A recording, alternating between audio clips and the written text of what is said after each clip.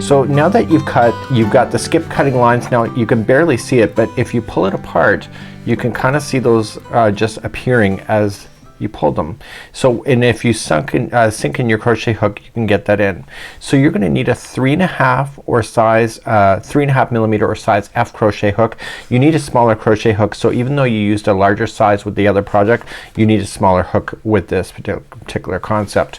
So you're going to notice that the skip cutting line is about 1 inch in, and it's 1 inch in of all sides, and where you've gotten the chamfer, you're going to see that it's probably right about here. Okay, I can actually see that as here, and it's probably right about here for this side. So we want to concentrate on this. So which side do you need to look at in order to start this? You need to look at the good side. So whatever the side the child's gonna see, or whoever's gonna see it, you wanna see that too as you're going to crochet. So let's get ourselves prepared and let's start our first one. So I'm going to show you my technique. Now you're gonna think it might be backwards compared to what you've seen online. So here's my own particular spin on it. So, and my spin is based on experience of how yarn operates. So you're gonna pull it apart and you're gonna see that the holes. Do you see that there? And you'll see a hole in the vertical, or in the horizontal here. So I want to choose the one that's in the horizontal, and it's really close to the other one that's in the vertical.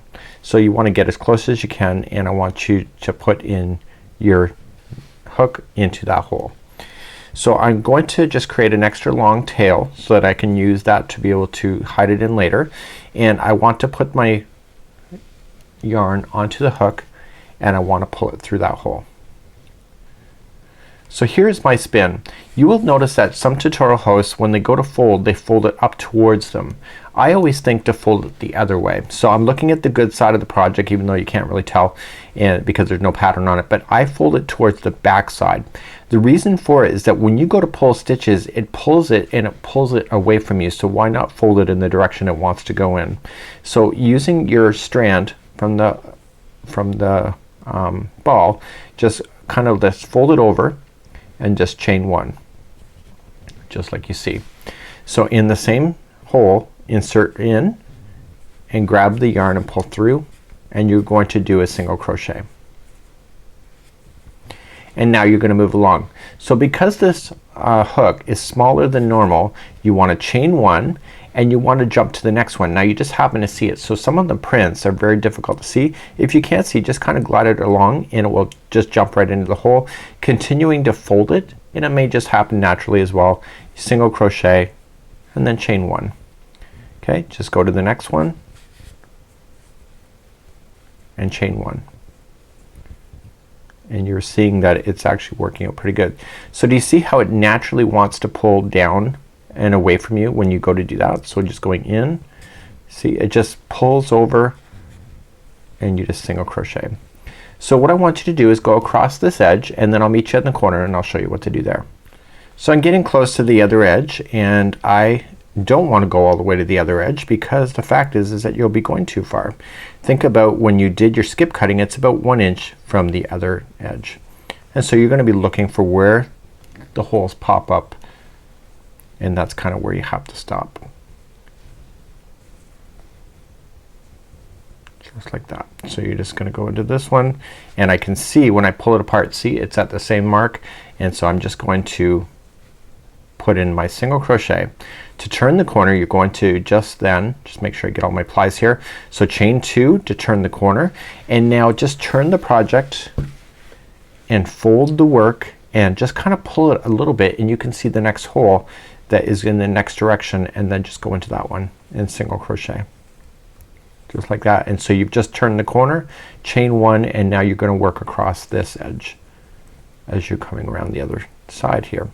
So then that's what you need to do on your corners. Do you see that? So let's take a look at the back side. So you can see that the fold is on the back side here. So this I would classify as the not good side, and so this will be backed up to then the crochet project that you're going to be doing, and I'll show you how to do that next. So what I want you to do is go all the way around using this particular technique, and I'll see you at the end of this round. So right here it appears that one hole is missing, so maybe the cutter didn't get all the way down. The strategic thing is to pinch it where you think it should be. Grab your scissors and just cut it a little bit so that your particular crochet hook can slide in between. So once I cut it, I should be able to get it in. I do, and I pull it through and I'm good to go. So if it's ever missing a hole, that's the way to do it. You don't want to do that too often, but if you have to do it, you have to do it. So I'm coming up all the way around. I'm just going to chain my one and go into the last one that I see. So this is the very last one. So in order to join it to the first one, you chain 2 and you're good to go. So you're gonna fasten this off, and now this is prepared to be ready then to attach to your blanket. Now if you really want to, you can just continue and go around a few more times if you really wanted to, and just make this the blanket itself. So on the other side you have the not so good side, okay, that is showing here. Okay, but it's not ugly, it's not terrible. And then you have the good side that you can see here. So fasten this off, and what I would recommend is take a darning needle and hide those loose ends so that it never really can fall out. So once I pull that through, I'm just gonna turn it over, and let's get our darning needle up, and then I'll show you what to do. So when I started, I had an extra long tail, and what I want to do is feed that into a darning needle, and this is not the good side, okay, you can clearly see that. So what you want to do though is that you want to just weave this in and out of the actual stitch work itself, right on the edge, just right up underneath, and then go back and forth 3 times. If this is being gifted to a child, please take your time. You don't want these falling out on any child for that matter. So you just want to go in and out a total of 3 times, and I want you to do that with both of the strands, and then we're gonna get ready then to show you how to back it to the actual project.